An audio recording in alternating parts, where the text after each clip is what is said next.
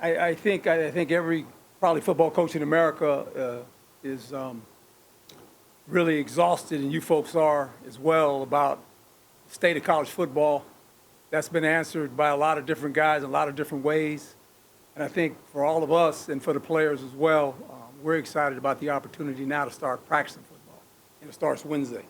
Then we could actually go on the grass and do what we do, coach and practice, and just that is the greatness of the game of football. It really is when you can just go, let's go do what we love doing. And our players are excited about the opportunity to get on the grass. Can't tell you how excited they are about doing that, and I think our coaching staff is in the same frame of mind. So with that being said, questions?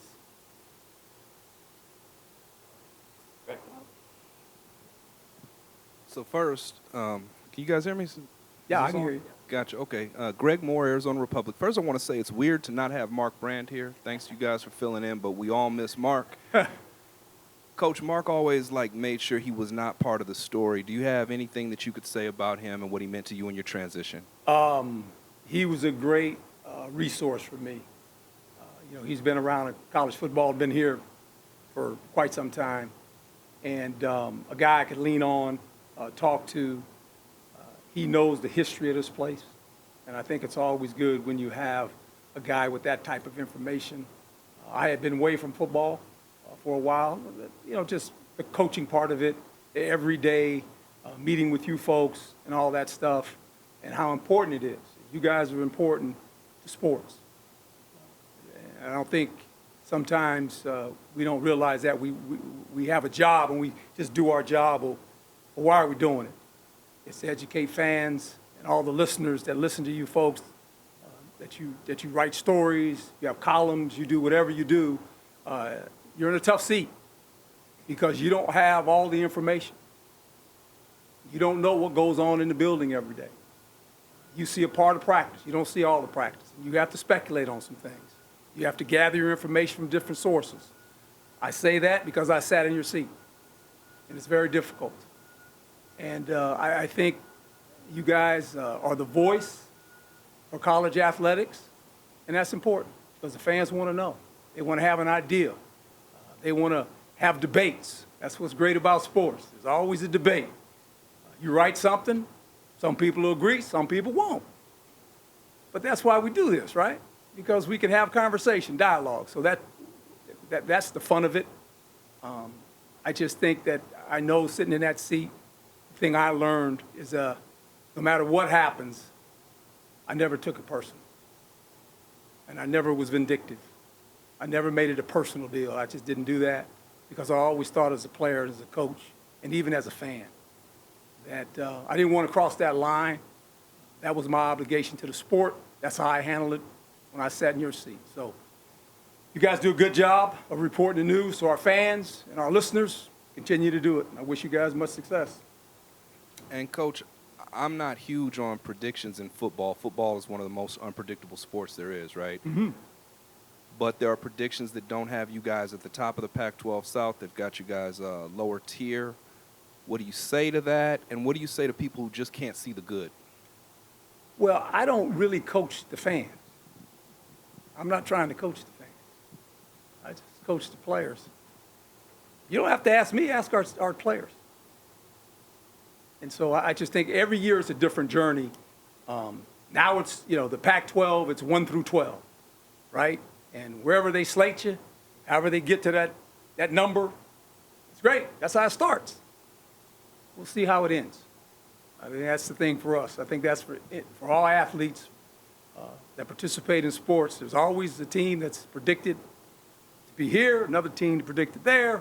Wherever your fan base is, if you're not the number one team, you're kind of like, well, wait a minute, right? And so that's the uniqueness of sports. That's what makes it so great. And if, quote, you do something different, people say, wow, I don't worry about that. So I've been doing this too long. I don't worry about it at all.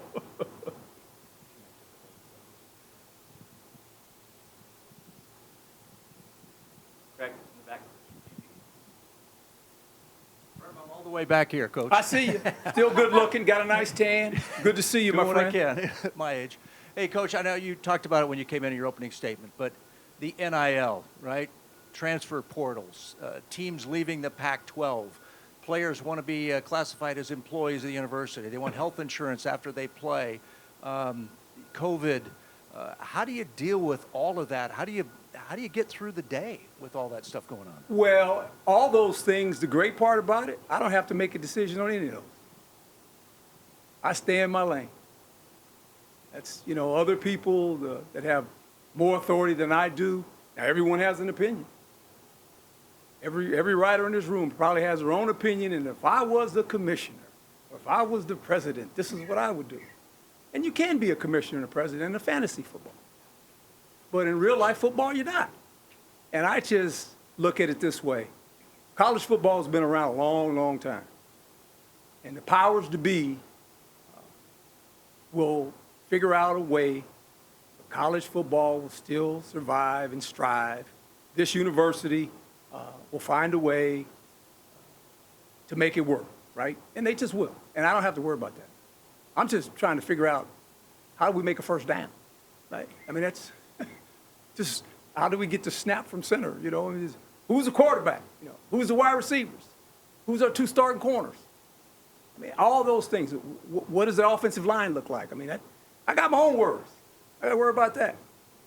Has there been a time, though, when you go, is this going to end? I mean, is there more stuff coming? Well, I think every week it's a different scenario. And that's why I think what you say today might be totally different next week. And no one knows. It's flowing. It's like the train is moving down the track, and it's moving kind of fast right now. And everyone's trying to figure out, what do we do? We want answers for questions we don't even know coming up yet, right? There's so many questions. If I do this, how does that affect this? You just have to, we got 12 games. I know who our opponents are, and that's what we're going to concentrate on as a football team. Mark. Hey, Coach. Mark McClune, 3TV, CBS 5. Just regarding your quarterback situation, when do you expect to have a decision there, and what will go into that? Well, sooner or later. The sooner is better, but you got to have some competition, obviously. And now with a complete team, we added 43 new players to our roster. That's a lot of guys, and we know that. And the good part is they all wanted to come here for some reason. It's kind of interesting, isn't it? 43 new guys, okay? We lost some good players. 11 of them signed NFL contracts. Some of them elected to leave for other reasons. I won't even get into that. And I wish them all luck. I really do, and much success. But we had a bunch of them that want to come here to this program. So that says a lot, too. Now it's a matter of, as you just mentioned, the quarterback position. We got to figure that out sooner than later, because you only have so many reps, and you got to build the offense around the quarterback. And we feel like we'll be able to do that, and we feel like we'll have success. To follow up on that, Coach, about the quarterback position, how challenging is it to try to move the offense forward, continue to try to build that identity when you don't know who the man is under center yet? Yeah, that's difficult because of the talent of the player that plays the position, right? They're all a little bit different. But we know their skill sets for the most part. Now, most of them were here in the spring. The one guy was not. But we've done enough work, watched enough film. We get it. And we know when you don't have a quarterback, the field is 150 yards long. It's a long field, right, when you don't have one.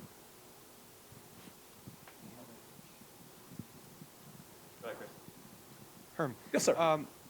What were some of the most important lessons from last season that you and your coaches took, and how are they applicable moving forward?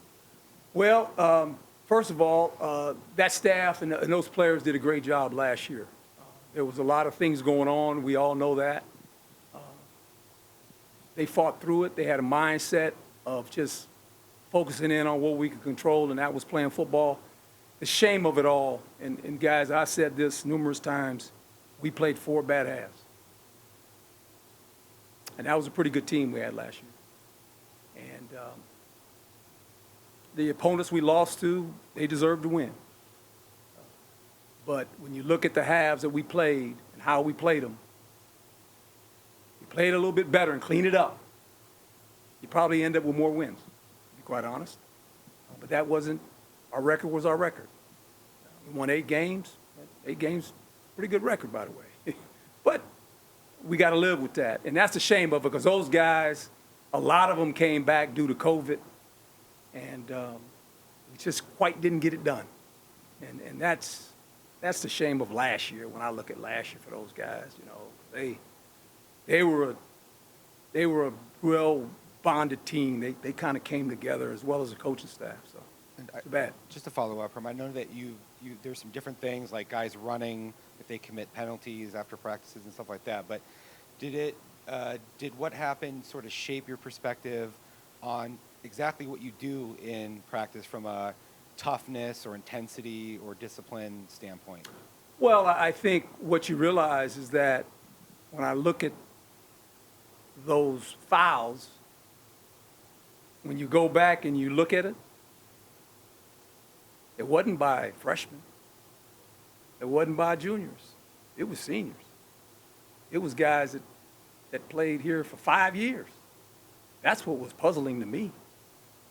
And there's some things we can do to fix it. There's no doubt, and we have to fix it. We can't play that way. You know, it's bad football. It's just hard to watch for everybody.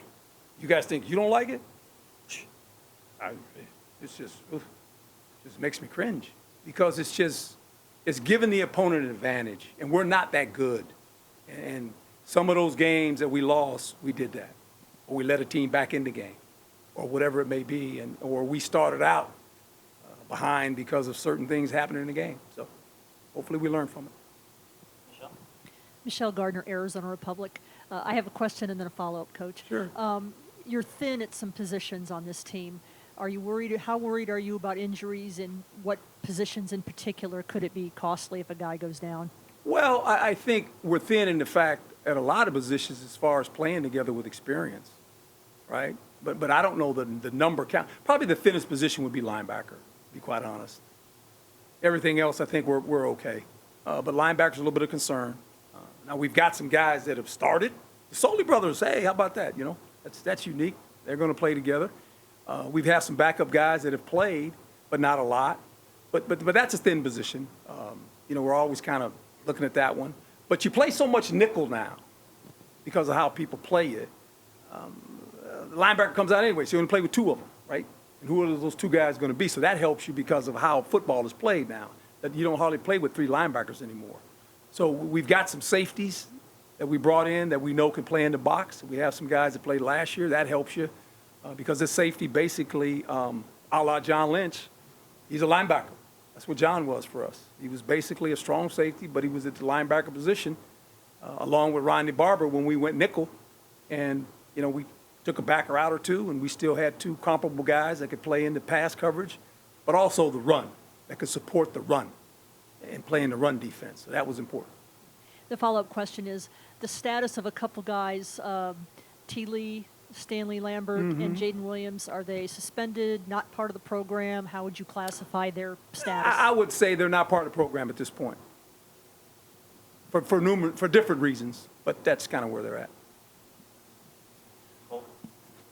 Herm, I would just want, Cole Topham, Devil's Digest. I just wanted your thoughts on Emory Jones, and does it feel a little bit like deja vu seeing him in a number 5 jersey?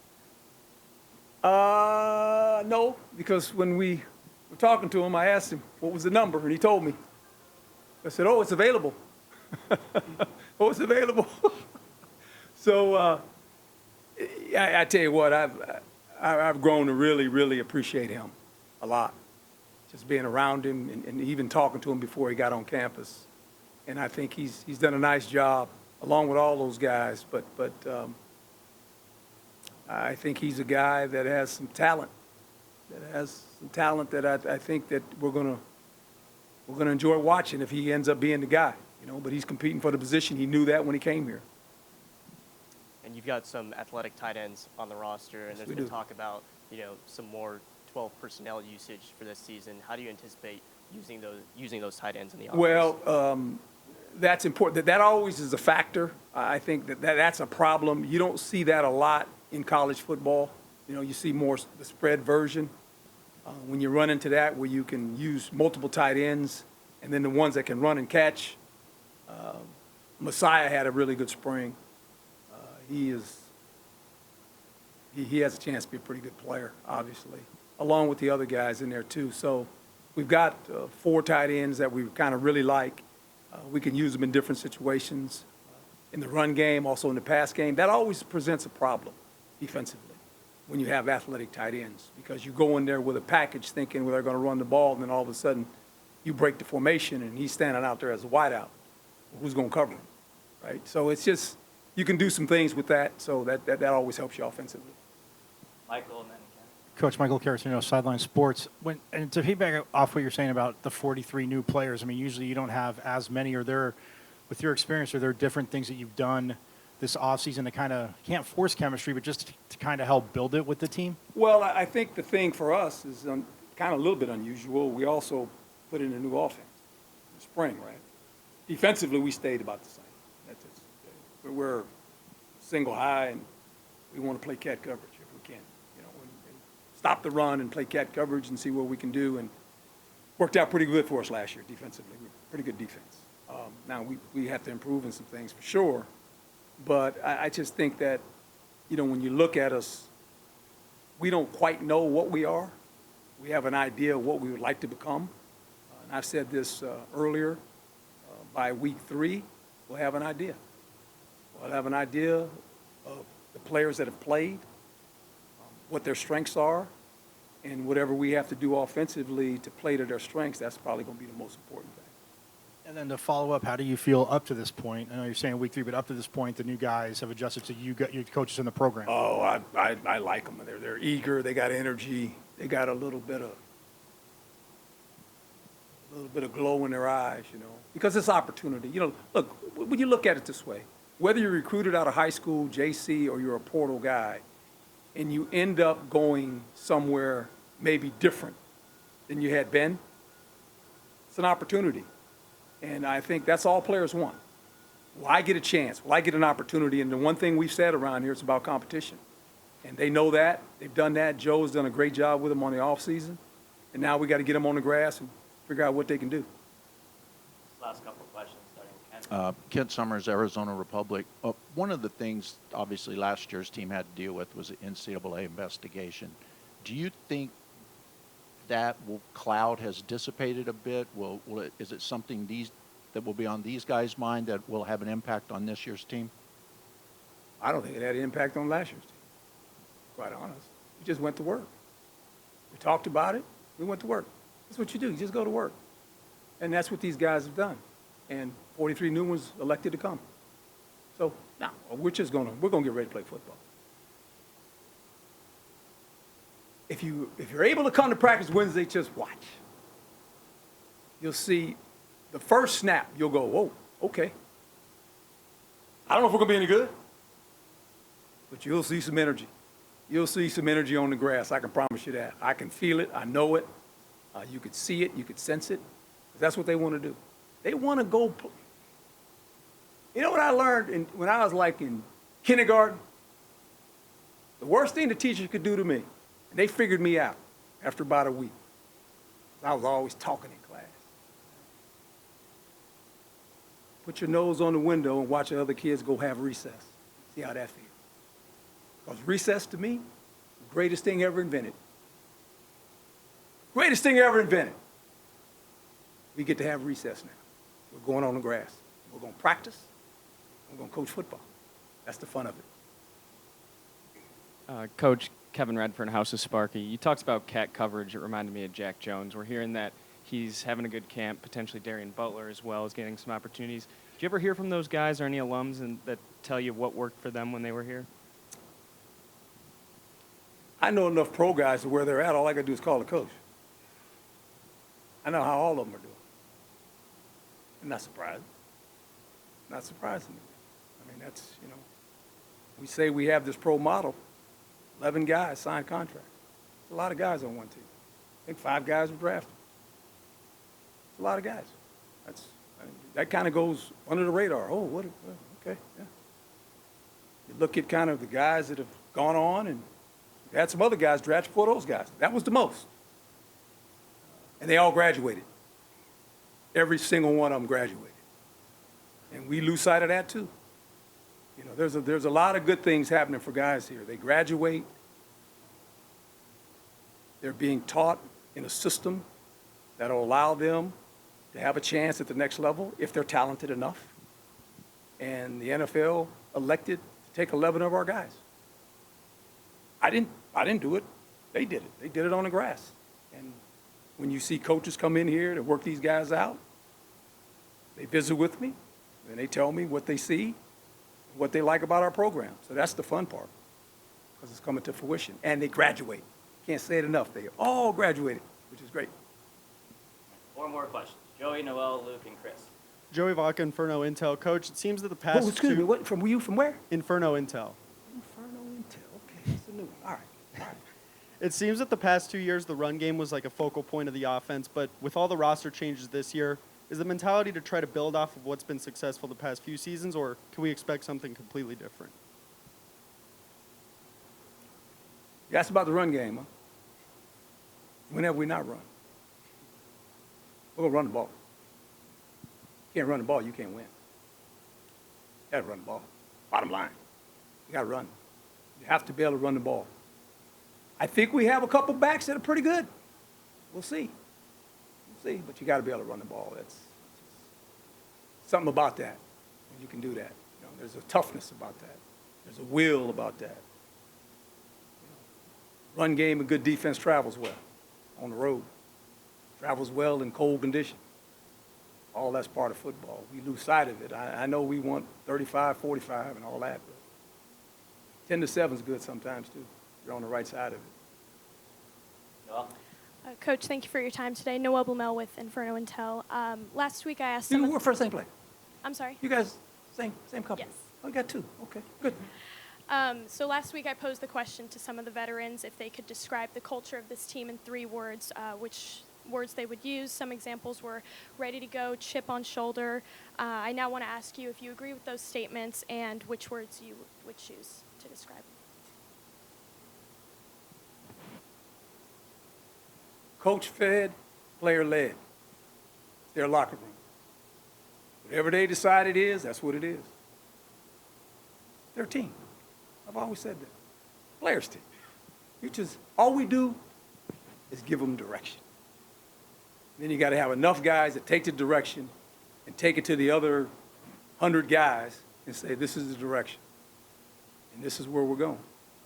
And there's a leadership committee here of 10, 11 guys that have done a fabulous job. Fabulous job. They meet once a week or whatever it is, and it's fun to watch it. Just to watch these guys grow up. Some of them were freshmen when they got here. Some of them were sophomores. Just to watch them grow up and have the voice of the team and in the locker room. And I can lean on them and say, hey, I need this, I need that. We talk all the time, but it's their football team. And they get to set the culture. Coach, what have you liked from what you've seen so far from the coordinator position from both Glenn Thomas and Donnie Henderson, and how excited are you for the open house coming up? Well, Donnie worked with me before in New York. I just get nervous about Donnie when they start moving the ball because he gets off the script. And that means, oh boy, I close my eyes, because that means there's a bunch of people getting ready to attack the line of scrimmage. And I'll just leave that alone. I don't want to give his secrets away. Glenn has been in a pro offense. He's well connected with Brian, a guy that I know very well. I think Brian will be here next week, or he'll be here this week, camp. But it's going to be fun to watch that. I've always been a guy that I never lose sight of this. I think you have to go under center as a quarterback. It brings a different look offensively. It puts the defense in a pickle when a quarterback can actually go under there, because now play action and all this other stuff that you don't see a lot in college football anymore. It's kind of like, that's old school. I don't know about old school. It works. And you got to practice that. You got to practice multiple tight ends. You got to, and I think that's always been our mindset. And Glenn's been enough places where he's learned how to do that. And Brian has obviously been a big help as well. Herm, I was going to build off of that.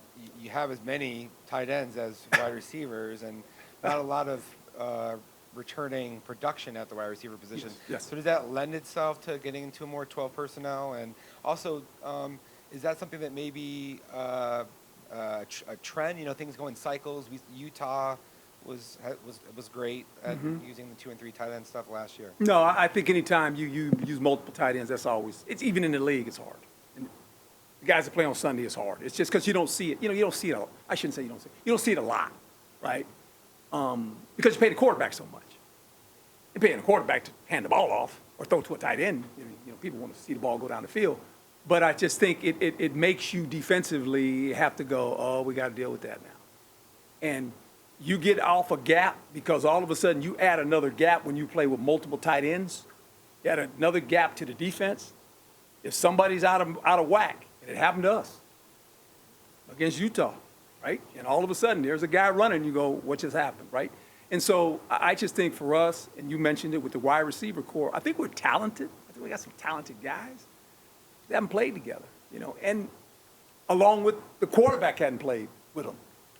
So that's, right? I mean, you got to get that all down, and it's going to take a little time to figure that out. Good question. Thanks, Coach. Good? We'll be back here on You Wednesday. guys have a wonderful day.